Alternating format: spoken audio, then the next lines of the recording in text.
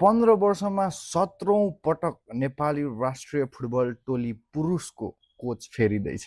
नेपाली पुरुष राष्ट्रिय football टिमका coach mat रसद्वारा राजीनामा। 1 सालको सम्झौतालाई 8 महिनामै खत्म गरेर निस्केका छन् र it's totally normal in Nepal. जुन देशमा 15 वर्षमा 12 चोटि प्रधानमन्त्री फेरिन्छ त्यो देशमा कोच फेरिनु कुनै नौलो कुरा होइन। जुन देशमा राष्ट्रिय लिग हुँदैन त्यो देशको राष्ट्रिय टिमले राम्रो नतिजा ल्याउन सक्दैन भनेर र यही बोलीको नतिजाले सायद म्याट्रसले राजीनामा दिनु पर्यो। अझै यो दिनु पर्यो भन्दा पनि बाध्य बनाइयो भन्दाखेरि अलि राम्रो सुनिन्छ होला कि। र म्याट्रस मात्र होइन, अस्ति भर्खरै नेपाली महिला फुटबल टोलीका कोच प्याट्रिकले पनि राजीनामा दिएका थिए। एन्फा भित्र यति धेरै फोरी राजनीति छ र कोचले आफ्नो हिसाबले काम गर्नै पाउँदैन। यति मात्र भनेका थिए, सर्लक्क राजीनामा निस्क्यो प्याट्रिकको। प्रत्येक 6 महिना वा 1 वर्षमा हेड कोच परिवर्तन हुँदाखेरि